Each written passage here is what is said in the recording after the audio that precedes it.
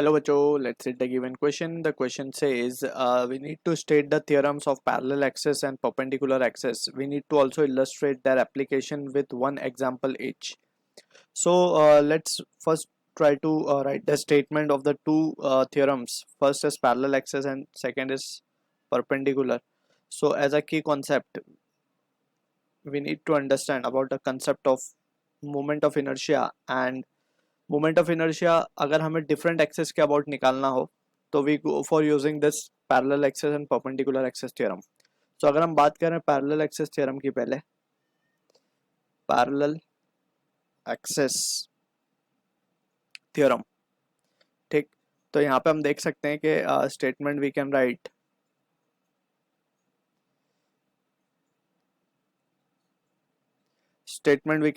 it states that the moment of inertia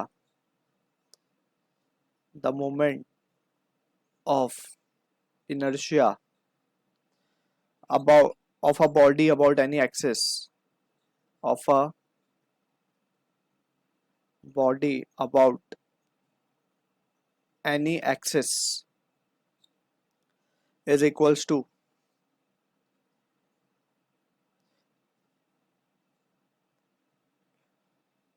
the sum of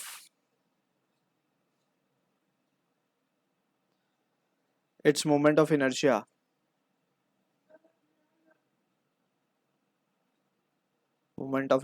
about an axis passing through center of mass about a parallel axis passing through its center of mass.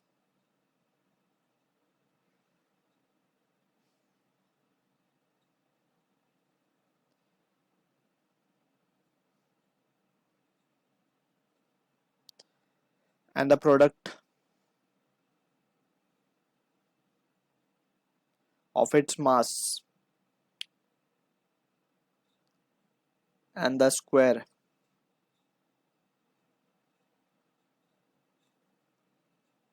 of the perpendicular distance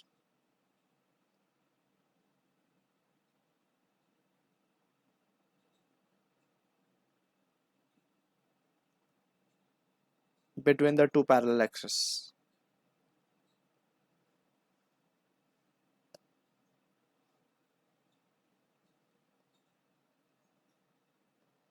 तो इसको अगर हम ध्यान से समझे तो let's say हमने ये स्टेटमेंट लिख लिया, स्टेटमेंट के बेसिस पे will try to analyse the situation. तो यहाँ पे we can right, let's say हमारे पास कोई एक बॉडी है, ठीक, कुछ इस तरीके की. लेट्स से हमारे पास एक बॉडी है and this body is rotating about this axis, ठीक है. And we can say let's say हम उसको थोड़ा सा यहाँ पे, यस, लेट, ये हमारी जो एक्सेस ऑफ रोटेशन है ये है अबाउट सेंटर ऑफ मास, उसको हम आई नॉट कह देते हैं, ठीक है. एंड इस बॉडी का मास है कैपिटल एम. एंड अगर हमें इस एक्सिस के अबाउट मोमेंट ऑफ इनर्शिया पता है, that is I naught, but we are interested in calculating the moment of inertia about this axis. हमें इस एक्सिस के अबाउट चाहिए moment of inertia, let's say I. So the distance between the two axis we can say it has to be D. And ये दोनों ही parallel axis है, तो यहाँ पे we can apply parallel axis theorem. So we can write by this theorem I can be written as I naught plus mass of the body into the distance between perpendicular distance between the two axes of parallel axis, यानी कि this will be the statement for parallel axis theorem. So ये हो गई बात parallel axis theorem की. अब इसका statement तो हमने state कर दिया and हमसे एक application भी पूछा गया. तो application के we will try to analyze it. Let's say हमारे पास एक sphere है, पहले हम उसको complete करते हैं, then we will move on to perpendicular axis. So let's say हमारे पास एक sphere है एंड एक बात हमें यहाँ याद रखनी है पैरेलल एक्सिस थ्योरम के लिए, it is applicable for 2 dimension and 3 dimension both, ठीक है.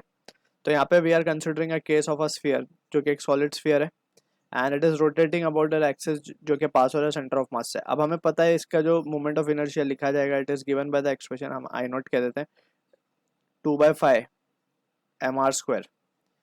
हमें चाहिए, we are interested in calculating moment of inertia about this axis, ठीक है. ये रेडियस हो जाएगा इसका. तो distance between the two axis, perpendicular distance क्या हो जाएगा between the two axis, it will be the radius of sphere only, ठीक है। And if you wish to find the moment of inertia about this axis, let's say इसको हम I कह देते हैं। So I can be written as I nought plus m r का square. So I nought हमारे पास है 2/5 m are square plus m are square, and that will be giving us the value as 7/5 m are square. So this is how we can apply the moment of inertia parallel axis theorem to get the moment of inertia about the different parallel axes. ठीक है, तो इस तरीके से we have shown the application of it. अब इसी को ये हम sphere लिख देते हैं यहाँ पे, this is solid sphere. तो ये स्टैंडर्ड रिजल्ट्स हैं कुछ कंटिन्यूस बॉडी के that we need to keep in mind. That is solid sphere हो गया, हमारा कोन हो गया, फिर we have hemisphere, we have hollow sphere, we have rod etcetera. ठीक है, तो ये बात हो गई पैरेलल एक्सिस की. Now let's move on to the perpendicular axis theorem. So perpendicular axis theorem के regarding we can write a statement.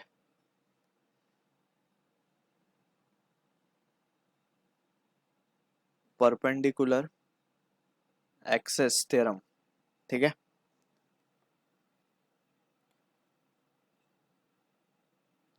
सो यहाँ पे अगर हम परपेंडिकुलर एक्सिस थ्योरम की बात करें, so it is applicable for 2 dimension या फिर प्लेन लैमिनार के लिए एप्लीकेबल होता है ये. ठीक है, सो यहाँ पे जो स्टेटमेंट है, it states that moment of inertia of a plane lamina, the moment of inertia of a plane lamina about an axis perpendicular about an axis perpendicular to its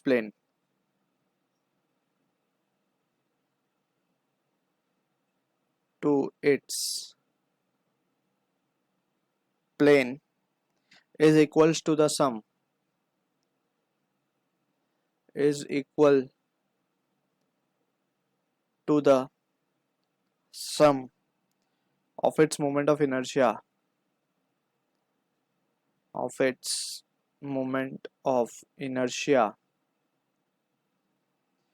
about two mutual perpendicular about two mutually perpendicular axis concurrent with perpendicular axis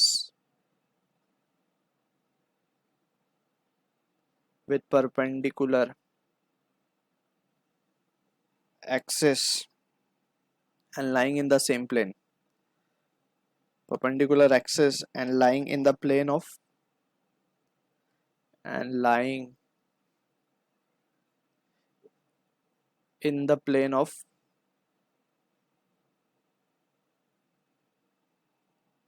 laminar body. So this is what the statement of perpendicular axis theorem.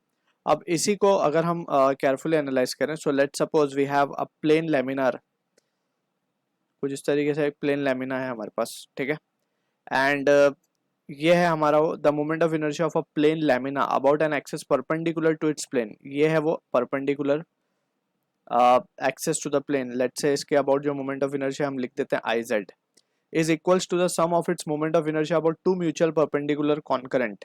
So two mutual perpendicular की जब हम बात करते हैं, तो let's say we can show the three dimensional figure over here, three axes over here, that is x, y and z. So ये हमारा y axis, let's say ये हमारा x axis and this was our z axis.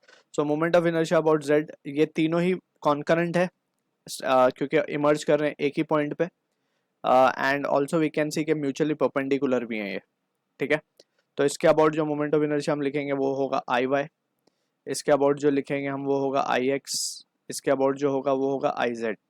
ठीक है, तो इन तीनों में जो रिलेशन है अकॉर्डिंग टू दिस, क्योंकि ये हम देख सकते हैं कि it is satisfying the statement of it, so हम यहाँ पे अप्लाई कर सकते हैं moment of inertia that is perpendicular axis theorem which says I Z will be equals to I X और आई वाई एक ही प्लेन में लाई कर रहे हैं, परपेंडिकुलर हैं उसको, तो this will be the case.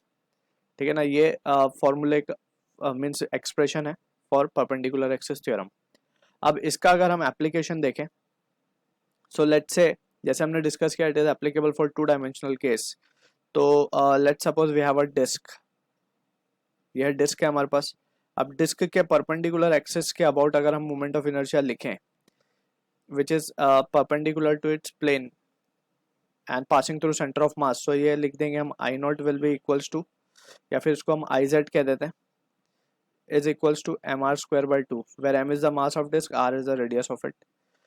But we are interested in calculating its moment of inertia about the diametrical axis. कुछ इस तरीके से हमें इस एक्सिस के अबाउट चाहिए, तो थोड़ा सा हम सिमेट्रिकल बना लेते हैं, कॉन्करेंट होना चाहिए तीनों। तो अगर हम इस एक्सिस के अबाउट मोमेंट ऑफ इनर्शिया निकालें या इस एक्सिस के अबाउट निकालें, तो दोनों के अबाउट सेम ही आएगा, सिमेट्रिकल केस है। तो लेट्स से इसके अबाउट आई मान लेते हैं, इसके अबाउट भी आई मान लेते हैं, या फिर to be precise I x I y. So according to this perpendicular axis theorem हम क्या लिख सकते हैं, I z will be equals to ix plus iy, and since this is a symmetrical case, so instead we can write it as to be 2ix will be equals to 2iy, 2ix लिख दें या 2iy लिख दें, and it will be equals to iz, and iz है हमारा mr square by 2. So finally we can have the value of ix is equals to iy will be equals to mr square by 4. So this will be the moment of inertia we will be getting about the axis जो कि plane में लाई कर रहा है और perpendicular है I z को। So this is how we apply perpendicular axis theorem. So I hope you understood the solution. All the best.